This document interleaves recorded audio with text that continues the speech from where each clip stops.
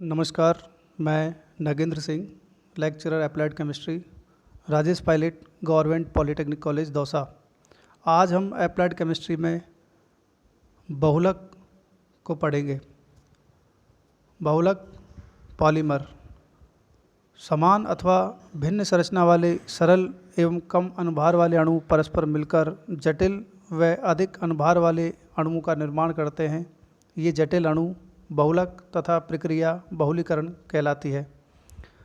आप परिभाषा से समझ सकते हैं कि जब समान संरचना वाले अथवा भिन्न संरचना वाले सरल कम अनुभार वाले अणु जो आपस में मिलकर एक जटिल व उच्च अनुभार वाले अणु का निर्माण करते हैं, तो ये जो जटिल अणु होता है वो बहुलक कहलाता है और जो प्रोसेस होता है वो बहुलीकरण कहलाता है। हम इसे उदाहरण से समझ सकते हैं। एथिलीन के एन मॉलिक्यूल एन अणु मिलकर पॉलीएथिलीन का निर्माण करते हैं। पॉलीएथिलीन एक जटिल अणु है और इस जटिल अणु का अनुभार इसकी एकलक इकाई एथिलीन से बहुत अधिक होता है, तो यहाँ पर पॉलीएथिलीन बहुलक होगा और इथाइलिन एकलक होगा। तो हम पॉलीमर को एक साधारण तरीके से समझ सकते हैं कि जब एकलक इकाइयों के मिलने से उच्च अनुभार व जटिल अणु का निर्माण होता है, इसे हम बहुलक कहते हैं। तो ये प्रक्रिया बहुलीकरण कहलाती है। बहुलीकरण की प्रक्रिया दो प्रकार से संपन्न होती है। फर्स्ट, योगात्मक बहुलीकरण, एडिशन पॉलीमराइजेशन। योगात्मक बहुलीकरण में एकलक इकाई के योग से पॉलीमर का निर्माण होता है और एकलक इकाई के मध्य उपस्थित द्विबंध अथवा त्रिबंध में से एक बंध टूटता है और दोनों दो मोनोमर यूनिट्स के मध्य, दो एकलक इकाइयों के मध्य में एक सिग्मा बंध बनता है। जो एकलक इकाई होती हैं उनके बीच में द्विबंध अथवा त्रिबंध में से कोई भी हो सकता है। यदि द्विबंध है तो एक पाई बंध टूट जाएगा और दो एकलक इकाइयों के मध्य में एक सिग्मा बंध एकल बंध बन जाएगा। और यदि त्रिबंध है तो उनमें से एक पाई बॉन्ड टूट जाएगा और फिर से दो एकलक इकाइयों के बीच में एकल बंध बन जाएगा।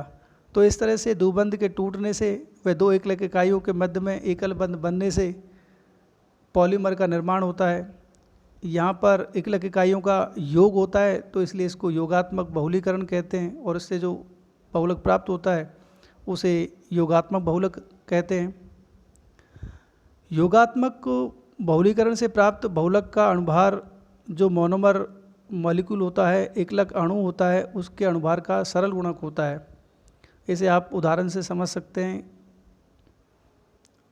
इथाइलिन के एन मॉलिक्यूल मिलकर पॉलीथीन बनाते हैं और पॉलीथीन का जो अनुभार होता है वो इथाइलिन का सरल गुणक होता है। आप इसे दूसरे तरीके से समझ सकते हैं। जब इथाइलिन अणु के मान लीजिए कि 10 मॉलिक्यूल बहुलीकरण में भाग लेते हैं और जिससे पॉलीएथिलीन का निर्माण होता है, ये पॉलीएथिलीन का जो अनुभार होगा वो एक एथिलीन के 10 गुना होगा।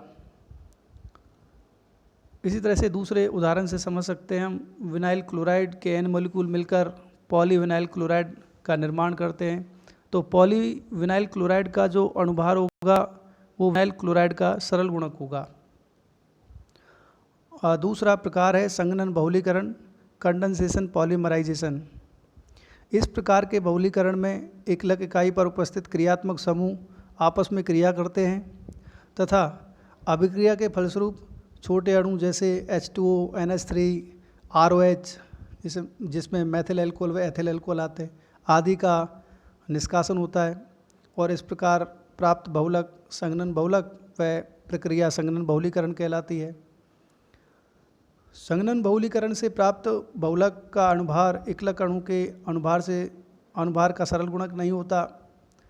आपने देखा कि संघनन बहुलीकरण में जो एकलक इकाइयाँ होती हैं उन पर क्रियात्मक समूहों के मध्य में अभिक्रिया होती है और अभिक्रिया के फलस्वरूप छोटे अणु का निष्कासन होता है, और जब छोटे अणु का निष्कासन होता है तो निश्चित तौर से जो हमें बहुलक प्राप्त होगा, उस संघनन बहुलक में बहुलक का जो अणुभार होगा वो एकलक इकाइयों के अणुभार से कम होगा। हम इस उदाहरण से समझ सकते हैं। हमने उदाहरण में टेरिलीन बनाने की अभिक्रिया को लिखा है। टेरिलीन एथिलीन ग्लाइकोल व टरथेलिक अम्ल के संघनन बहुलीकरण से प्राप्त होता है।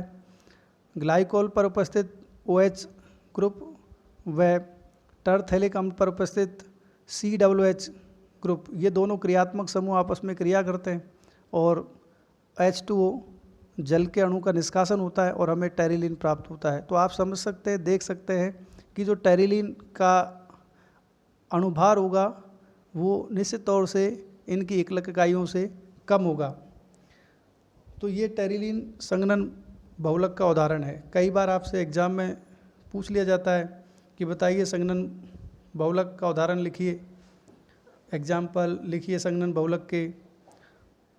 इसी तरह से योगात्मक बहुलीकरण के आपसे एग्जाम्पल पूछ लिए जाते हैं या आपसे बहुलीकरण के प्रकार भी पूछ लिए जाते हैं, तो ये आपको आना चाहिए। इसके अलावा दो छोटे छोटे से पॉइंट और हैं, कई बार पूछ लिए जाते हैं कि समबहुलक क्या होते हैं, होमोपॉलीमर क्या हैं।